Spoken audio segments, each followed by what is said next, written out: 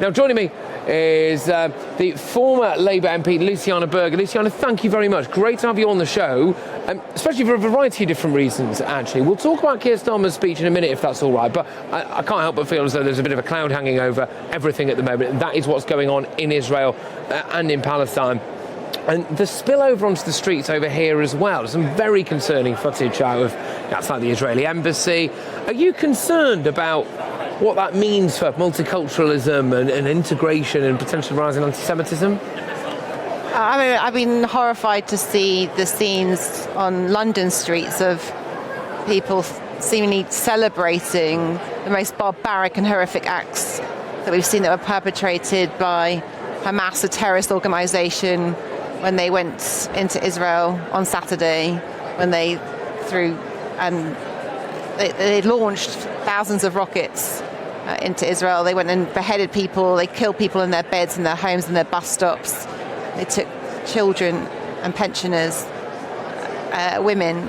It's unfathomable. I'm just now got through reports. I was in Israel just a couple of months ago, a quarter of a mile from the Gaza border at Kibbutz Kafar, and I'm just reading reports now of it's still a live and active situation at that community. The idea for clearing booby traps, and there are dozens of people that have lost their lives at that just one community on the southern border. So these are horrifying acts, and to know that on our streets that we've seen more than one video of people celebrating. What exactly are they celebrating?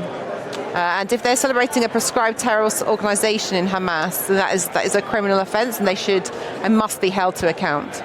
Yeah, exactly. I think when I looked at it, I was enraged personally, because it just looked to me like what they were celebrating was the death of Jewish people, and that I find we should not have those kind of people walking the same streets as us, would be my view on it. The Labour Party has been quite strong on this so far.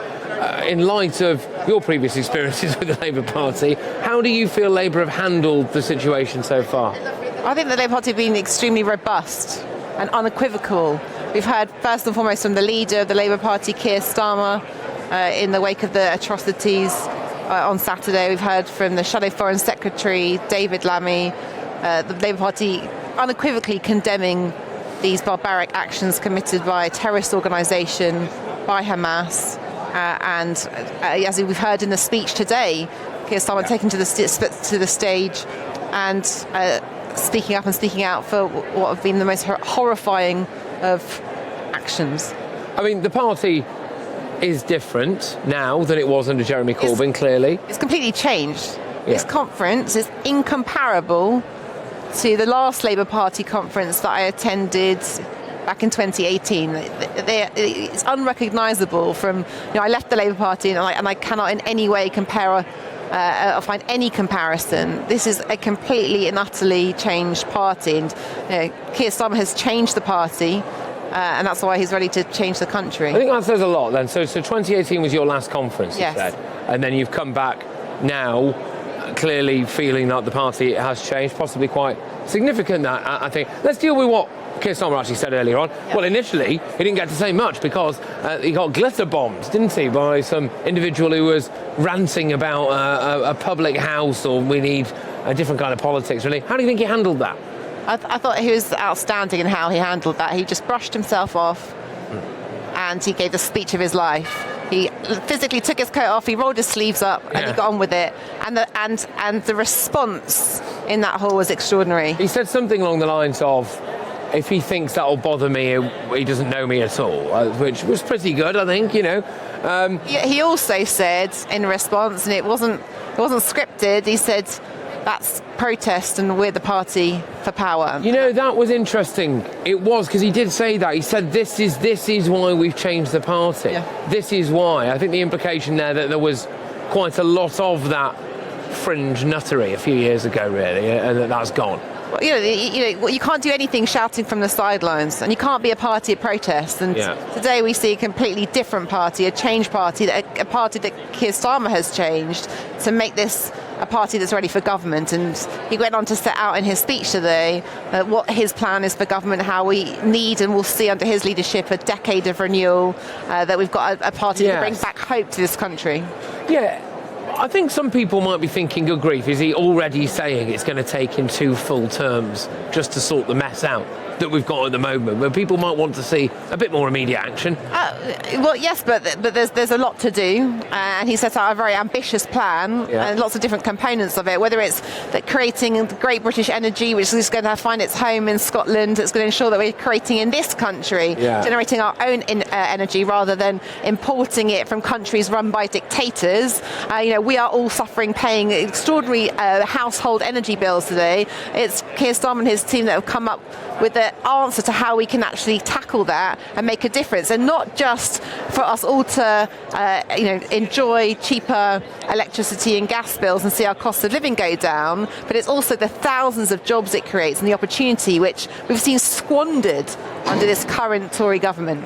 Okay, and I think I'm right in saying that Dale Vince of Just Stop Oil has said that he's no longer donating to the Labour Party, which is quite good timing, because for a little while that was a bit of a squiffy question mark over the Labour Party, I think, when it came to, well, hang on a minute, if you are taking money from a campaign group that sometimes causes civil disobedience, it's probably not the best look when you are trying to shape a green policy. So that appears to have stopped. I'm going to ask you, I don't know if you're in the business of making predictions, I'm going to ask you, what is your prediction for the election then? For when the election's going to take place? No, or for the result. outcome? For the result. For the result. I mean, politics isn't science, and anything can happen in politics. But I think certainly reflecting on the polls and listening to the country, and I spend a lot of time. I hear this has been my home for 10 years, and seeing to meet my friends from the northwest, and lots of time across the country. There is such an utter desperation of wanting a change, and not just a change for change's sake, but wanting someone that's going to have grown-up politics, that's going to show integrity. What we heard from Keir Starmer today is a stop and an end to this sticking plaster politics. We need to have that vision to make the jobs for the future, the change for the future, the hope for the future. And on that basis, very, very, very cautiously, and looking at the polls that have shown a Labour lead for a number of months, I think that we're on the precipice of a Labour government, but I'm not complacent. And history teaches us, 1992 teaches us that we drink the Kool-Aid, what looks like 13 months out. That's not a good thing to do. So you've asked me the question. I have. I'm extremely, extremely cautious, but I think if you contrast what we hear and see today in this conference objectively compared to the malaise and just the kind of what we saw. Well, a different vibe. Everyone has said it's a different vibe. Again, you can't contrast what has happened. I think there was. If Rishi Sunak's big serious things were more A levels and a couple of bits and bobs like that, I was banning smoking. I just found that a little bit bizarre. That's not, of course, to say that there are criticisms of Keir Starmer as well in terms of the finances. We're going to have to leave. Rishi Sunak was right though, because what he said last week is that we need change. Well, there you go. All right, okay, got that one in the end. Luciana, thank you very much. Great to have you on. It's the former Labour MP, Luciana Berger.